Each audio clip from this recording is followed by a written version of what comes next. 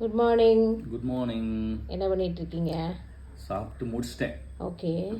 இட்லி தக்காளி சட்னி. அருமையான உணவு காலையில். என்ன விட்டு சாப்பிட்டுச்சு? அதுக்கு ரொம்ப பசிச்சிருச்சா, ஓகே, அதனால சாப்பிட்டுட்டேன்.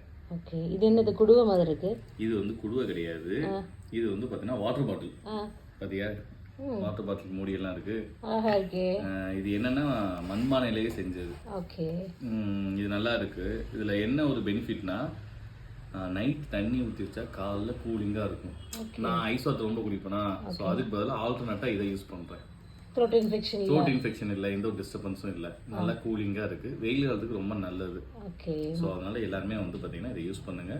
அது மண்ணில் செஞ்ச பொருளை வந்து யூஸ் பண்ணுங்க. அது போக வந்து பார்த்தீங்கன்னா மண்ணில் நம்ம தமிழ்நாடு பீப்புள் தான் செய்வாங்க.